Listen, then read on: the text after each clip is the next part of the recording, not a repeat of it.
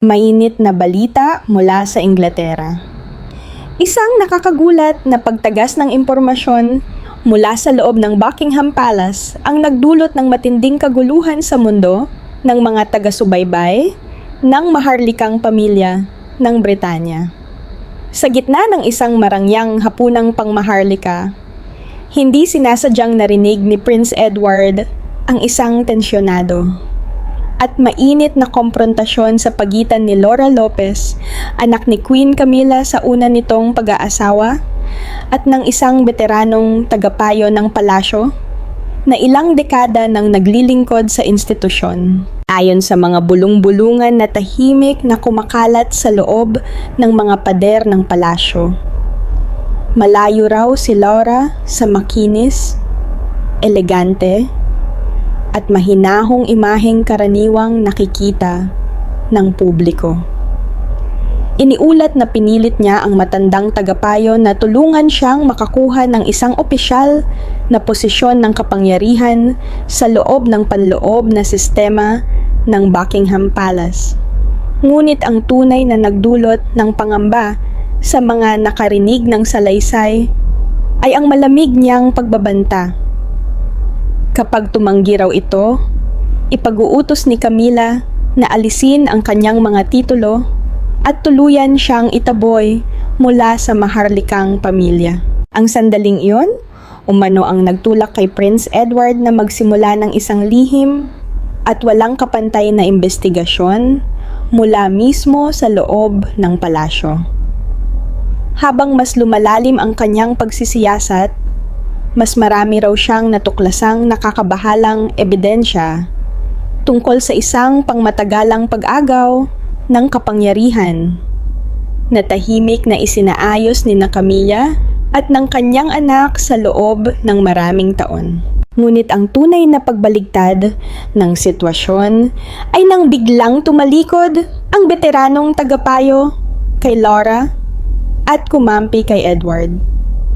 Anong nakapangingilabot na lihim ang natuklasan ni Edward na naglagay sa buong palasyo sa tahimik na alarma? At anong mabigat na ebidensya ang hawak ng matandang tagapayo na maaaring magtulak kina Camilla at sa kanyang anak sa bingit ng pagbagsak? Nagniningning sa matinding karangyaan ang malaking bulwagan ng Buckingham Palace noong gabi ng anibersaryong handaan. Ngunit para kay Prince Edward, ang lahat ng kinang na yon ay tila isa lamang nakasusulasok na harapan. Si Edward, ang bunsong anak ng yumaong reyna, ay matagal nang kilala sa kanyang kalmado at bahagyang tahimik na ugali. Subalit ng gabing iyon, mas naramdaman niya kaysa dati na hindi siya nababagay sa gitna ng dagat ng mga huwad ng ngiti.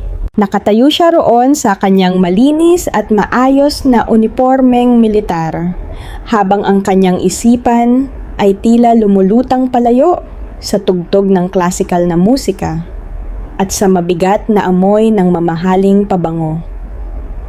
Ang init mula sa daan-daang kandila at sa dami ng tao ay nagpahirap sa kanyang paghinga.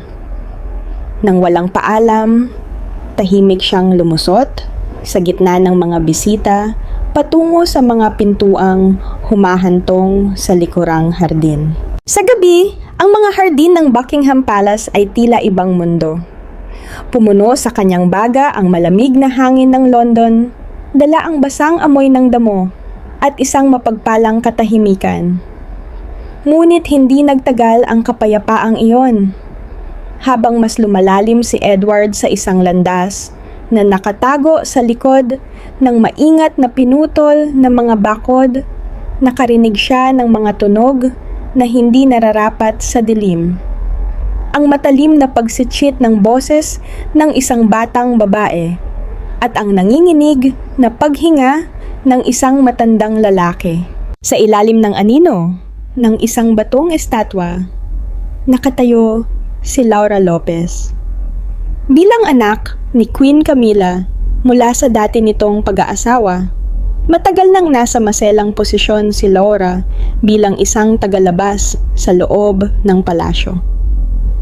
Ngunit mula nang koronahan ang kanyang ina, ilang taon na ang nakalipas, mas naging kapansin-pansin ang kanyang presensya sa mga malalaking okasyong pangmaharlika.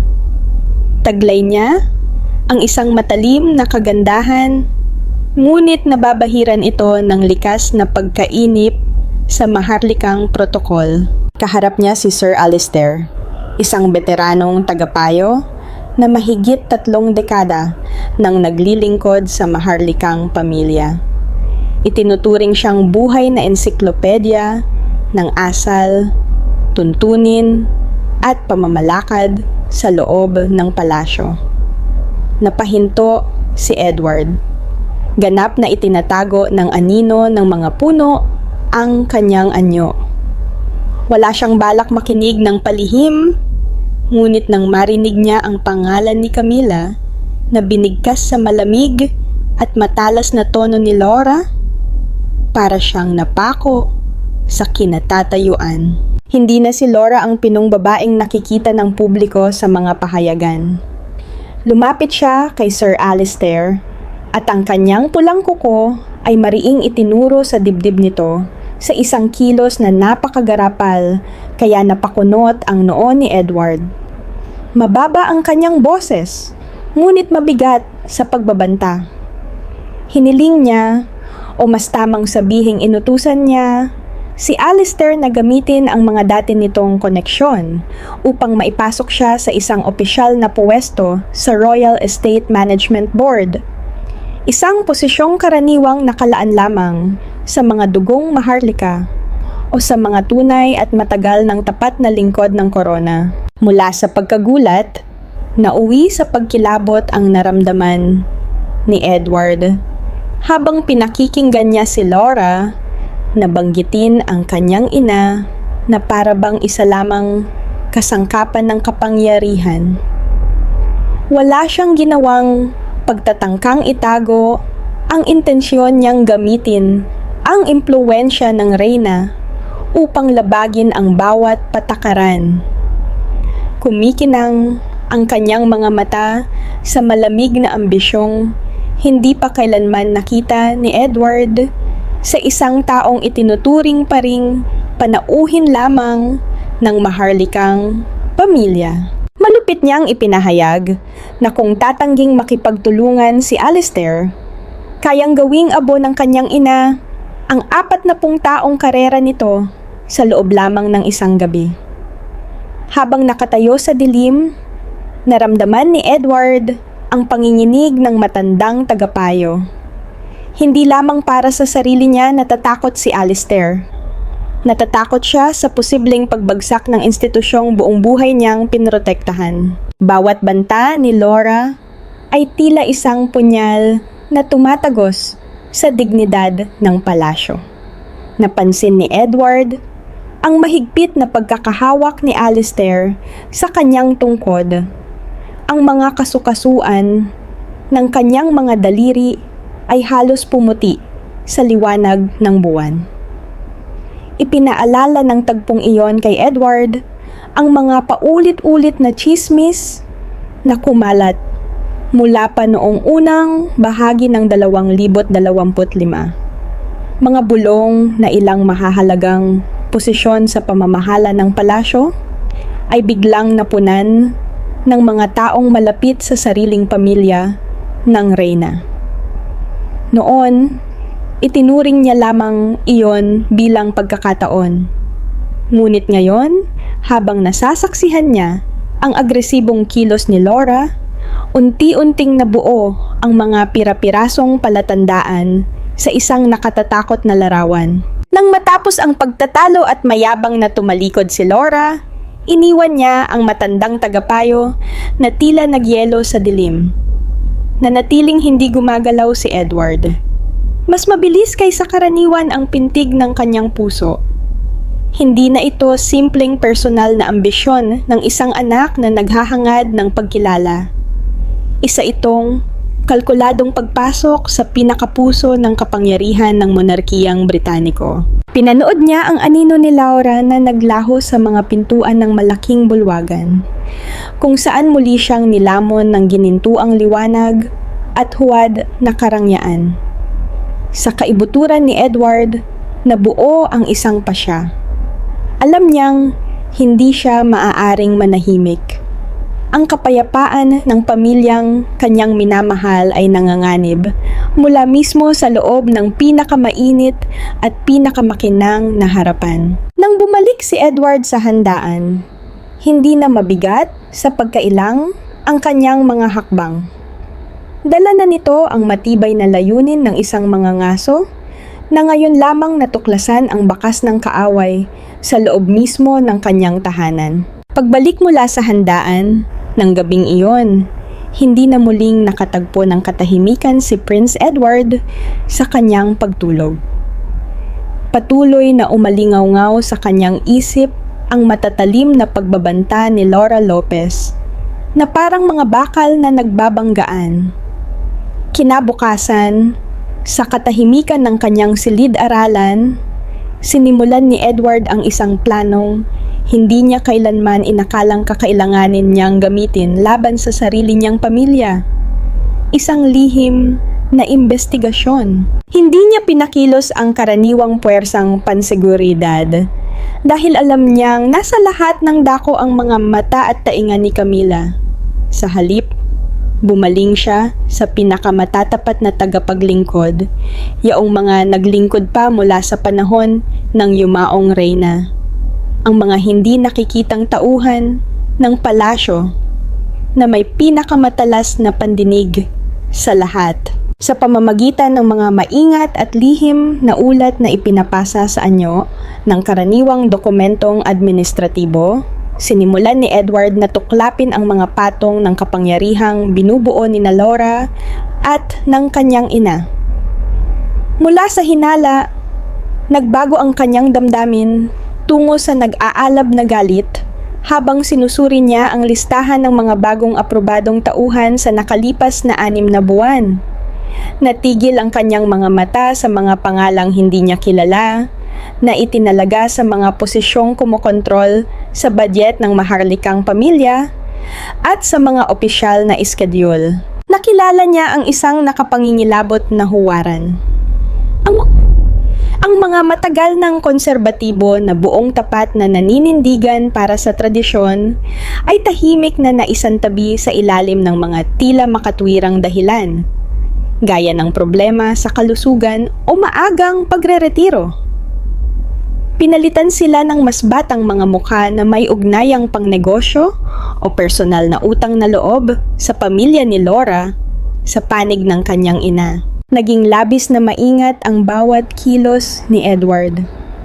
Gumugol siya ng maraming oras sa masusing paghahambing ng mga talaan ng gastusin mula sa pribadong tanggapan ng reyna. Bahagyang nanginig ang kanyang mga kamay nang matuklasan niya ang mga kahinahinalang gastusin na itinago sa ilalim ng pangalan ng kawanggawa o diplomasyang pangkultura. Ngunit sa katunayan ay dumaloy pala sa mga investment fund na nakarehistro sa pangalan ni Laura Lopez. Bawat pahinang kanyang binuklat ay tila bagong patunay ng pagtataksil. Unti-unting lumamig ang kanyang dibdib laban sa babaeng nakatayo sa tabi ng hari. Umabot sa sukdulan ang tensyon nang lihim na obserbahan ni Edward ang isang pribadong afternoon tea sa tirahan ni Laura. Mula sa malayo, gamit ang binoculars, nakita niya na hindi na ito ang mahinhin at maamong figurang kilala ng publiko. Nakaupo si Laura sa gitna, napapalibutan ng 3 matataas na opisyal mula sa Home Office. Ang paraan ng kanyang pagbuhos ng ang pagtaas ng kanyang baba habang inaabot ang isang salansan ng mga dokumento. Lahat ng yon ay naglalabas ng aura ng isang taong kumokontrol sa mga tau-tauhan. Napansin ni Edward ang bulag na kumpiyansa sa mukha ni Laura, Isang uri ng pagtitiwala na nagmumula lamang sa kaalamang mayroon siyang matibay at hindi matinag na taga-suporta. Ang pinakamalaking kinatatakutan niya ay hindi lamang ang posibilidad na agawin ni Laura ang mga ari-arian, kundi ang tahimik na paraan ng pagbabago nito sa mismong estruktura ng monarkiya. Napagtanto niya na hindi lamang basta sinusuportahan ni Camilla ang kanyang anak. Ginagamit nito ang kanyang malambot na kapangyarihan upang lumikha ng isang hukuman sa loob ng hukuman. Bawat manipuladong desisyon sa paghirang ng tauhan ay parang martilyong humahampas sa pundasyon ng maharlikang pamilyang Britaniko, isang pundasyong pinaghirapang itayo ng kanyang mga ninuno sa loob ng maraming salinlahi. Habang mas lumalalim ang kanyang paghuhukay, lalo namang naliligaw si Edward sa isang laberinto ng magkakapatong na pakana.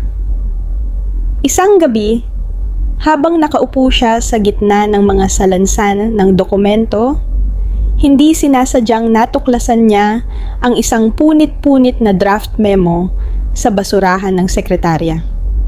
Nang pagdugtong-dugtungin niya ito, napahinto ang kanyang paghinga.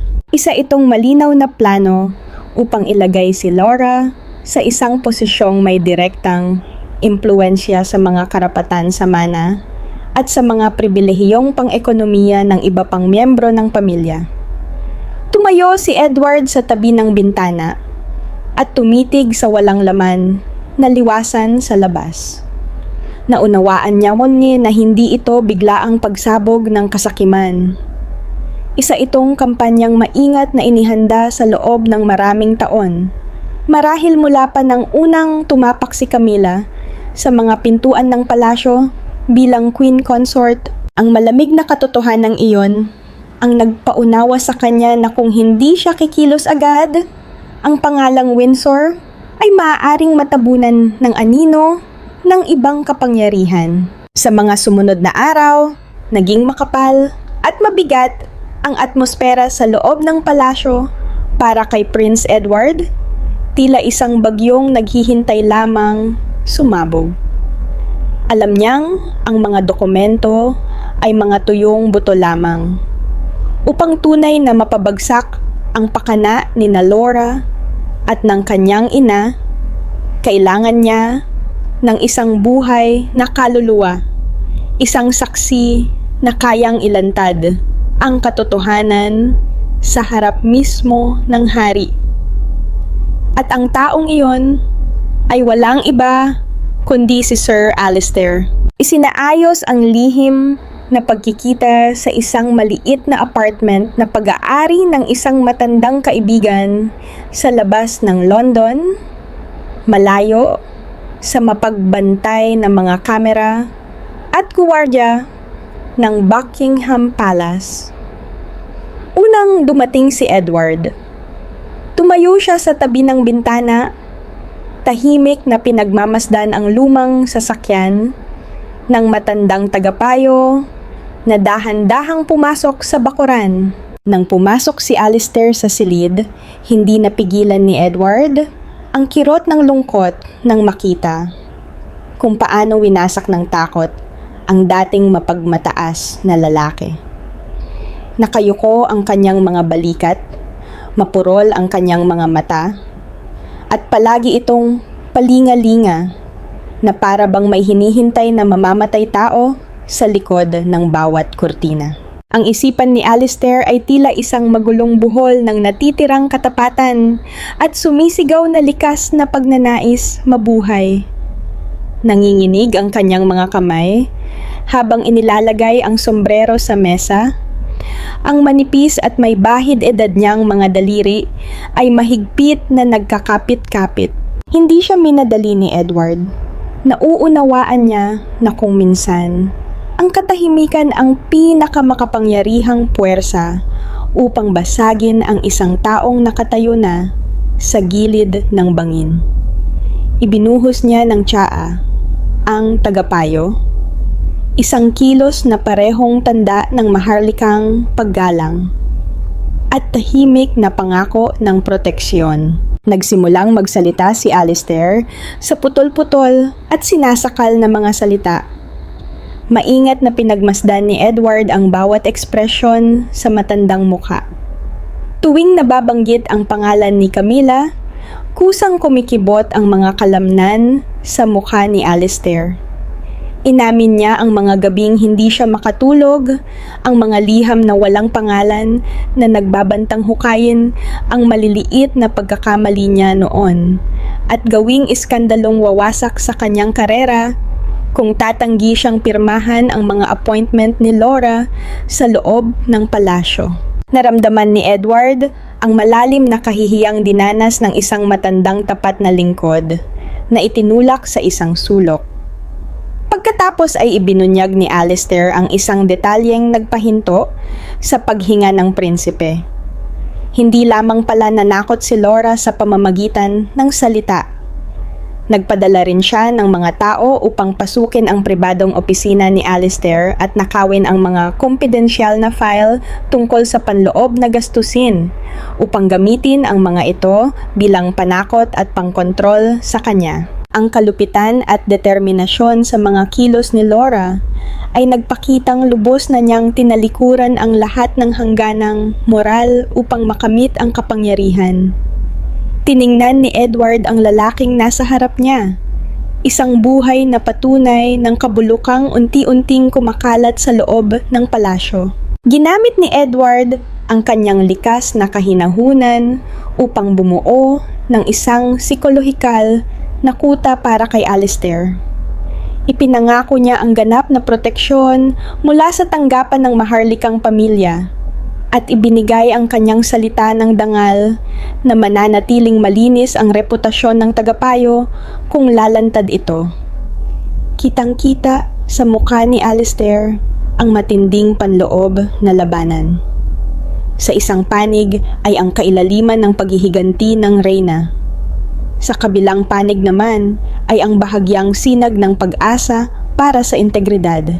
Dumating ang mapagpasyang sandali nang dahan-dahang ipinasok ni Alistair ang kamay sa kanyang panloob na bulsa at inilabas ang isang maliit na USB drive, ang bagay na ilang linggo niyang itinaya ang buhay upang maitago. Nilalaman nito ang mga recording ng mga tawag kung saan direktang ginamit ni Laura ang impluwensya ng kanyang ina upang pilitin siyang baguhin ang mga sugnay sa charter ng pamamahala ng palasyo. Habang itinutulak ng mga daliri ni Alistair ang USB patungo kay Edward, naramdaman ng prinsipe na tila 1,000 libra ang naalis mula sa kanyang dibdib. Ngunit kaakibat noon ang panginginig ng isang lalaking parabang nilagdaan na ang sarili niyang hatol ng kamatayan kapalit ng kapayapaan ng budhi. Mahigpit na isinara ni Edward ang kanyang mga daliri sa paligid ng ebidensya. Ang tingin niya kay Alistair ay hindi na puno ng awa, kundi ng malalim na paggalang para sa isang matandang kawal na piniling muling humawak ng sandata sa huling pagkakataon. Tapos na ang pag-aalinlangan. Ang komprontasyon ay hindi na lamang haka-haka sa loob ng mga anino. Sa pakikipagtulungan ni Alistair, hawak na ngayon ni Edward ang mitya ng isang bombang malapit ng yumanig sa bawat batong pader ng Buckingham Palace. Iniwan niya ang apartment at humakbang palabas sa malamig na hangin ng London. Dala sa kanyang kamay ang maliit na USB drive na maaaring magpabago sa kapalaran ng buong monarkiya. Si Edward ay humakbang palabas sa gabi ng London na may malamig at nakamamatay na determinasyon ng isang tunay na tagapagtanggol ng maharlikang sambahayan.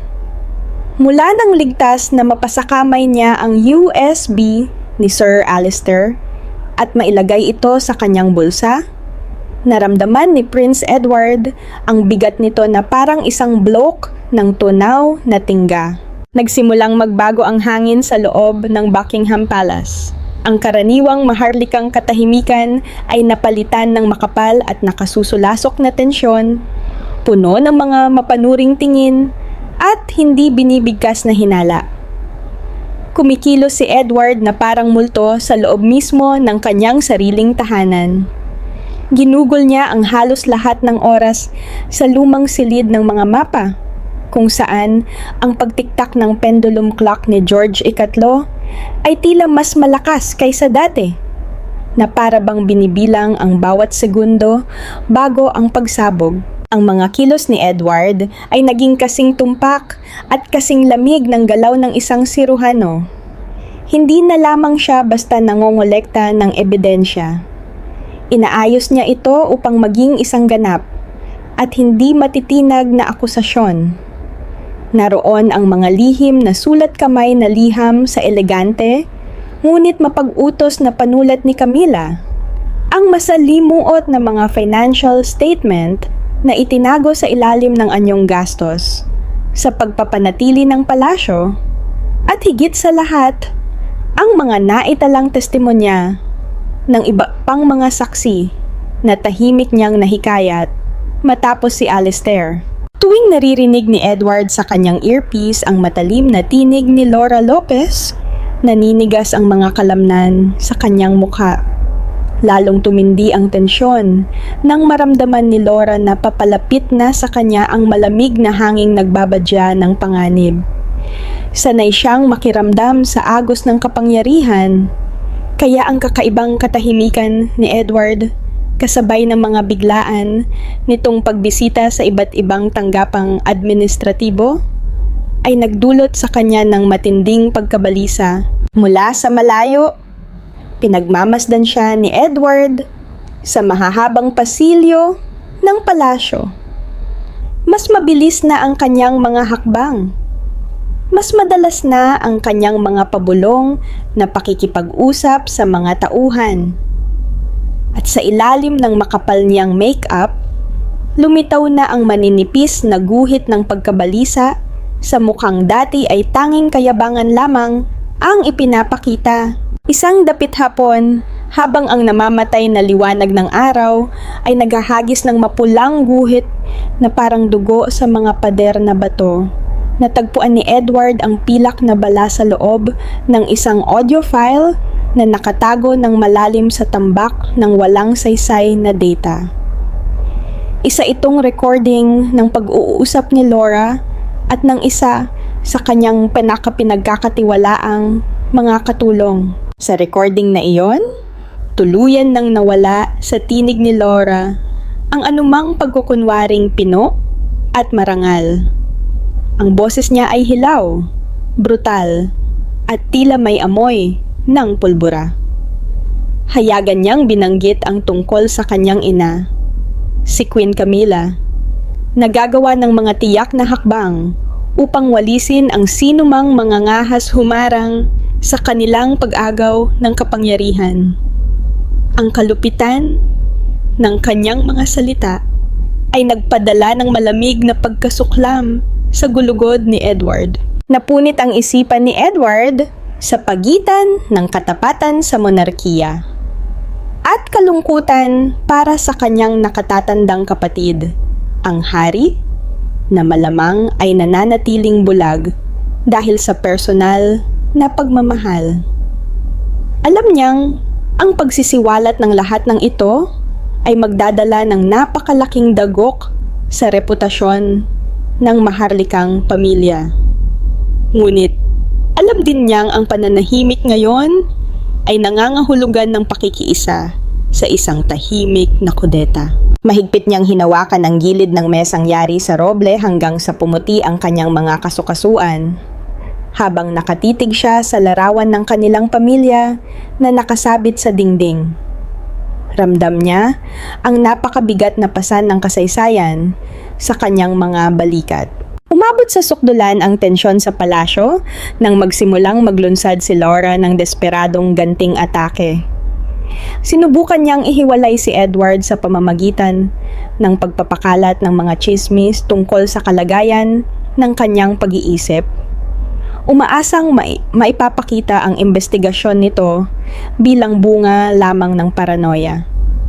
Nagsimulang bumaling ang mga mapaghinalang tingin ng mga courtier sa prinsipe, ngunit tumugon si Edward nang may nakatatakot na katahimikan. Hindi siya nagpaliwanag, hindi siya nakipagtalo. Tahimik lamang niyang ipinagpatuloy ang pagperpekto sa mga huling pahina ng dosyer. Tumayo si Edward nang mag-isa sa walang laman na malaking bulwagan. Alam niyang narating na niya ang puntong wala nang balikan. Ang lambat ng kapangyarihang hinabi ni Laura at ng kanyang ina ay hawak na niya ng buo. Ngunit ang pagpunit dito ay mangangahulugan ng pagkawasak ng marupok na ilusyon ng kapayapaan sa loob ng palasyo. Nang maselyuhan ang dosye gamit ang matingkad na pulang tatak, naglakad si Edward patungo sa pribadong tanggapan ng Royal Council, handa na para sa isang pagdinig na magpapabago magpakailanman sa kaayusan ng Buckingham Palace. Ang silid ng pagdinig ay walang karaniwang karangyaan ng Buckingham Palace. Nakatago ito sa kaibuturan ng administrative wing, napapalibutan ng madidilim na panel na mahogany at sinisinagan lamang ng malabong gintong liwanag mula sa mga lumang storm lantern. Naupo si Prince Edward sa isang panig ng mahabang mesang roble. Kaharap sina Camilla at Laura Lopez. Sa pagitan nila ay may bakanteng espasyong mabigat sa di nakikitang puot na kasing tulis ng labaha. Ang isipan ni Edward ay pinaghalo ng hindi matinag na determinasyon at malalim na kalungkutan. Pinagmamasdan niya si Camilla, ang babaeng laging nagpapanatili ng kalmado at maharlikang tindig. Ngayon, mahigpit nitong hawak ang kanyang crocodile skin handbag hanggang sa manginig ang dulo ng kanyang mga daliri. Kahit pilit pa ring nagpapakita ng pagsuway ang kanyang mga mata. Iba naman si Laura. Nakaupo siya ng tuwid na tuwid, ngunit hindi maitago ng maingat na pagkakapahid ng make-up ang galit at hinanakit na nakaukit sa kanyang muka. Ang bahagyang paghagis niya ng buhok at ang mayabang na pagkakakurba ng kanyang labi ay huling pagtatangka na lamang upang kumapit sa ilusyon na kontrolado pa rin niya ang laro. Nagsimula si Edward sa mabagal, ngunit tiyak na galaw. Binuksan niya ang itim na leather dossier. Bawat pahinang kanyang binubuklat ay lumilikha ng tuyong kaluskos na pumupunit sa nakasusulasok na katahimikan. Inilahad niya ang mga financial statement na minarkahan ng pulang tinta, pati na ang mga sulat na maingat na napatunayan ang pagiging tunay. Habang inilalantad ang ebidensya ng manipulasyon sa paghirang ng mga tauhan at ang pagsasamantala sa badyet, nakita ni Edward ang malinaw na pagbabago sa mukha ni Laura. Ang kanyang kayabangan ay unti-unting napalitan ng halos hindi maitago na sindak. Paulit-ulit siyang sumusulyap sa kanyang ina, naghahanap ng masasandalan. Ngunit nanatili lamang si Camilla na nakatitig sa dosye. Ang kanyang mga labi ay mahigpit na nakatikom at halos mawalan ng kulay. Umabot sa sukdulan ang drama ng magsimulang magsalita si Camilla upang ipagtanggol ang kanyang sarili. Ang kanyang mga salita ay hindi paghingi ng tawad, kundi isang maingat na pagtatangkang baligtarin ang takbo ng sitwasyon. Pinakinis niya ang mga kunot na wala naman sa kanyang jacket. Nanatiling malambot ang kanyang tinig, ngunit puno ng malalim na estratehiya. Ipinaliwanag niya na ang lahat ng pag-aayos sa mga tauhan ay ginawa lamang para sa panloob na katatagan at upang protektahan ang pangmatagalang interes ng monarkiya sa gitna ng magulong panahon. Isa itong mahusay na pagtatanghal na psikolohikal, umaapela sa awa at pagkakaisa ng pamilya at sinusubukang gawing mga kinakailangang sakripisyo para sa higit na kabutihan ang mga krimeng inilantad sa harap nila. Ngunit matagal nang naghanda si Edward para sa sandaling ito. Hindi niya sinagot ng salita ang tusong paliwanag ni Camila. Sa halip, dahan-dahan niyang pinindot ang play sa recorder na nakalagay sa gitna ng mesa. Biglang bumagsak sa isang itim na bangin ng katahimikan ang buong silid habang pinuno ng tinig ni Laura ang hangin. Hindi iyon ang pinong tono na naririnig sa mga afternoon tea, kundi ang makamandag na pagsitsit mula sa gabing iyon sa Buckingham Gardens. Bawat bantang ibinato kay Sir Alistair, bawat pahayag na kayang asikasuhin ni Camila ang sinumang haharang sa kanilang daan, ay umalingaw-ngaw sa mga pader na mahogani. Tuluyang nawalan ng kontrol si Laura. Sumugod siya, pasulong, dilat ang mga mata sa matinding takot. Ang nanginginig niyang kamay ay umaabot sa recorder bago biglang natigilan sa ilalim ng malamig at mapag-utos na tingin ni Edward. Hindi na rin napanatili ni Camila ang kanyang kapanatagan. Napasandal siya sa kanyang upuan. Ang kanyang mukha ay biglang tumanda at namutla na parang kamatayan. Sa ilalim ng liwanag ng lampara, tuluyan nang nabasag ang maskara ng tinatawag na panloob na katatagan. Tahimik na pinagmasdan ni Edward ang pagbagsak ng lambat ng kapangyarihang buong hirap niyang inilantad.